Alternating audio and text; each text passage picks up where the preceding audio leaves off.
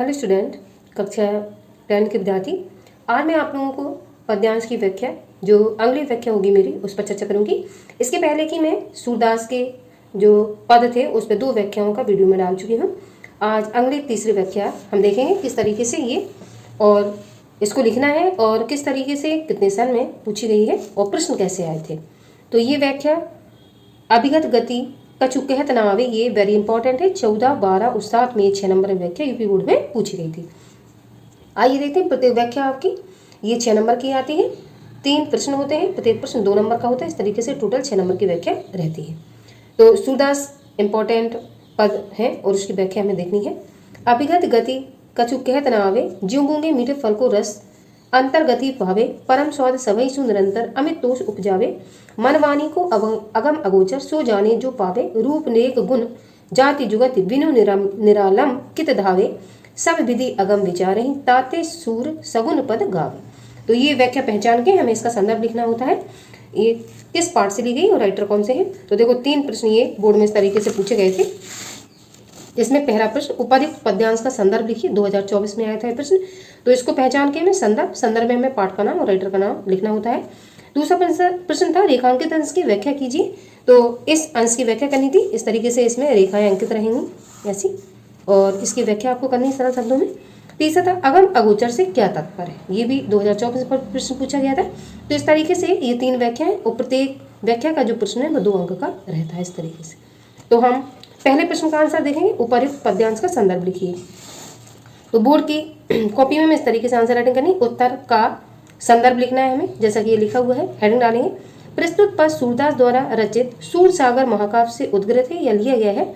यह हमारी पाठ्य पुस्तक के काव्यखंड में पद शीर्षक से लिया गया है। तो पूरे पाठ का जो संदर्भ होगा वो एक ही होगा, क्योंकि राइटर और पाठ का नाम नहीं बदलता है। तो अगर आप एक तैयार कर लेंगे संदर्भ, तो वो ही आप सारे जितने भी सूरदास के आप पढ़ेंगे उसमें यही आपको लिखना होगा। तो पहला प्रश्न का आंसर तो हमें तैयार नहीं करना है, क्योंकि हमें एक ही रहता है, पूरे लेसन में हम लिखेंगे इसको। दूसरा है रेखांकित अंश की व्याख्या कीजिए। आइए इसका आंसर देखते हैं। पहले मैं सरल शब्दों में आपको ये व्याख्या समझाती हूँ, फिर किस तरीके से नोट्स में लिखना है वो भी मैं आपको बताऊंगी। इस दिए गए पद में सूरदास जी कहते हैं, और सूरदास जी श्री कृष्ण के कमल रूपी सगुण रूप के प्रति अपनी भक्ति भावना व्यक्त करते हैं, और उन्होंने निर्गुण ब्रह्मा की आराधना को अत्यंत कठिन माना है और सगुण ब्रह्मा की जो उपासना है उसको सरल माना है। अब निर्गुण सगुण क्या है, ये भी आपके पास प्रश्न है। तो निर्गुण में ऐसे ईश्वर जिनकी आकृति या कुछ भी आकार हमें नहीं पता होता है, सिर्फ आत्मा से परमात्मा का मिलन होता है, उसे हम निर्गुण ब्रह्मा कहते हैं। जैसे कि आपके निर्गुण ब्रह्मा में जो आपके कबीरदास जी थे उन्होंने इस पर चर्चा की हुई थी। और सगुण ब्रह्मा वो होते हैं जो तुलसीदास जी ने आराध्य माना है रामचंद्र जी को, कोई आकृति बनाकर उनकी आराधना करना, उसको हम सगुण कहते हैं। तो यहाँ पे सूरदास जी कहते हैं कि निर्गुण ब्रह्मा की उपासना करना बहुत कठिन है, इसलिए वो निर्गुण ब्रह्मा की उपासना न करके वो सगुण ईश्वर की उपासना को यहाँ सर्वश्रेष्ठ मानते हैं। तो यहाँ पे देखिए, अभिगत गति कछु कहत न आवे।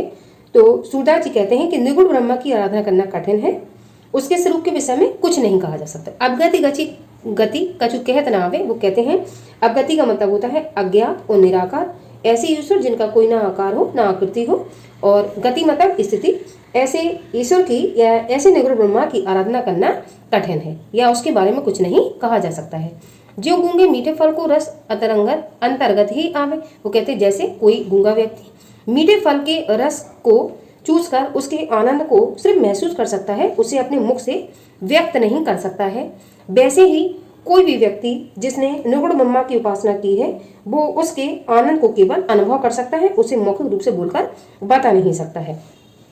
परम स्वाद सभी सु निरंतर अमित तोष उपजावे, वो कहते हैं इस निर्गुण ब्रह्मा की प्राप्ति करके जिसने भी अत्यधिक आनंद प्राप्त किया होगा उस उपासक को असीम संतोष प्राप्त होता है। जो भी इस निर्गुण ब्रह्मा की भक्ति में लीन हो जाता है या उसके आनंद को प्राप्त कर लेता है, तो ऐसे व्यक्ति को अमित तोष उपजावे। तोष की मीनिंग आप लोग लिख लें। तोष का मतलब है संतोष और अमित का मतलब है अत्यधिक। तो ऐसा व्यक्ति जो निर्गुण ब्रह्मा को प्राप्त कर लेता है या उनके आनंद को प्राप्त कर लेता है, ऐसे व्यक्ति को अत्यधिक संतोष की प्राप्ति होती है।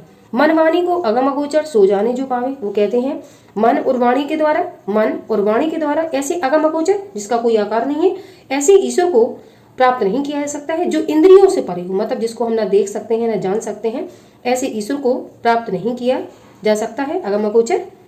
मतलब जिसको जो इंद्रियों से परे है, मतलब हमको दिखाई नहीं देता है, इसलिए ऐसे ईश्वर को अगम अगोचर कहा गया है।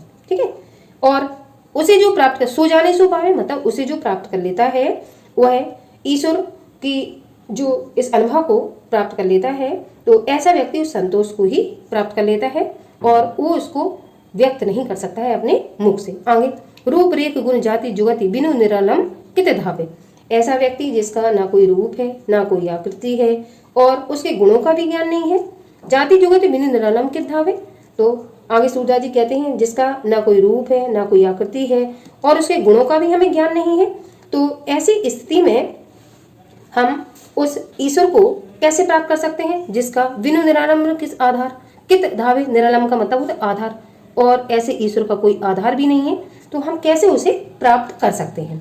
सब विधि अगम विचार ही ताते सूर सगुन पद गावे, तो ऐसी स्थिति में सूरदास जी ने सब तरीके से, सब विधि सब तरीके से विचार ही माने विचार करके ही अपने विचार करके सूरदास जी ने सगुण श्री कृष्ण के जो लीला के पद हैं उनका गान करना अधिक उचित समझा है। उन्होंने कहा है एक निर्गुण ब्रह्मा की अगर हम उपासना करेंगे तो हम आसानी से उसको व्यक्त नहीं कर सकते हैं, इसलिए हमें सगुण ब्रह्मा की या सगुण कृष्ण की लीलाओं के पद का गान आसानी से किया जा सकता है और वे सगुण ब्रह्मा की उपासना को ही सर्वश्रेष्ठ मानते हैं। अब ये मैंने अपनी भाषा में समझा है, अब नोट्स में किस तरीके से लिखना है आइए उसको देखते हैं। रेखांकित अंश की व्याख्या, प्रसंग देखेंगे, प्रसंग का मतलब है इसमें क्या कहा गया, किस बात के ऊपर चर्चा हुई है। प्रस्तुत पद में महाकवि सूरदास ने निराकार ब्रह्मा की साधना को अत्यधिक कठिन बताया है। उन्हें कहा निगुण ब्रह्मा की उपासना करना कठिन, क्योंकि ना तो उसका आकार पता, ना आकृति पता, ना आधार पता है, तो हम उपासना या भक्ति कैसे करें, तथा साकार ब्रह्मा की उपासना को सरल बताते हुए उन्होंने उसी समर्थन किया है, ये मैं आपको बता चुकी हूँ। अब व्याख्या देखेंगे। सूरदास जी कहते हैं निर्गुण ब्रह्मा की आराधना करना कठिन है। निर्गुण ब्रह्मा की उपासना के आनंद का वर्णन कोई व्यक्ति नहीं कर सकता है। जिस प्रकार गूंगा व्यक्ति मीठे फल का स्वाद अपने हृदय में ही अनुभव करता है, वह मौखिक वर्णन नहीं कर सकता, उसी प्रकार निर्गुण ब्रह्मा की भक्ति के आनंद का केवल अनुभव किया जा सकता है। यद्यपि आगे देखेंगे, निर्गुण ब्रह्मा की प्राप्ति से निरंतर अत्यधिक आनंद प्राप्त होता है और उपासक को संतोष भी प्राप्त होता है। आगे, मन और वाणी द्वारा उस ईश्वर तक पहुंचा नहीं जा सकता है जो इंद्रियों से परे, इसलिए उसे अगम व अगोचर कहा गया है। उसे जो प्राप्त कर लेता है वही उसे जानता है। उस निर्गुण ईश्वर का न कोई रूप है, न आकृति है, न ही हमें उसके गुणों का ज्ञान है जिससे हम उसे प्राप्त कर सकें। बिना किसी आधार के उसे कैसे पाया जा सकता है। ऐसी स्थिति में भक्त का मन बिना आधार के यहाँ वहाँ भटकता रहेगा, क्योंकि निर्गुण ब्रह्मा तक पहुँचना कठिन है। इसी कारण सब प्रकार से विचार करके ही सूरदास जी ने सगुण श्री कृष्ण की लीला के पद का गान अत्यधिक उचित समझा है। तो उन्होंने कहा है सूरदास जी ने कहा है श्री कृष्ण के बारे में कि जो सगुण आकृति है या श्री कृष्ण की जो मूर्ति है उसको आधार बनाकर ही हम उपासना आसानी से कर सकते हैं। काव्य सौंदर्य देखेंगे, इसमें कैसे लिखना है। काव्य सौंदर्य भाषा साहित्यिक ब्रज है, क्योंकि सूरदास जी ने जो भाषा ली है वो ब्रज है। रस भक्ति और शांत है, ठीक है, यहाँ पर भक्ति भावना हुई है। गुण प्रसाद है, जहाँ भक्ति शांत रस होता है वहाँ पर गुण प्रसाद होता है, हमेशा प्रसाद मतलब शांति। छंद गीतात्मक, गाकर छंद को हम व्यक्त करेंगे। अलंकार अनुप्रास है। अब अगला प्रश्न इसमें देखेंगे कौन सा है। तीसरा गा प्रश्न, अगम अगोचर से क्या तात्पर्य है, इसका आंसर देखेंगे। गा का आंसर, अगम अगोचर का तात्पर्य जहां पहुंचना कठिन हो और जिसे इंद्रियों के द्वारा अनुभव नहीं किया जा सकता है, अर्थात परम ब्रह्म। ऐसे ईश्वर जिनका न हमें आकार पता है न आकृति पता है, तो उन तक पहुंचना कठिन है और इंद्रियों से हम उन्हें अनुभव ही नहीं कर सकते हैं, उसको हम क्या कहेंगे, अगम अगोचर।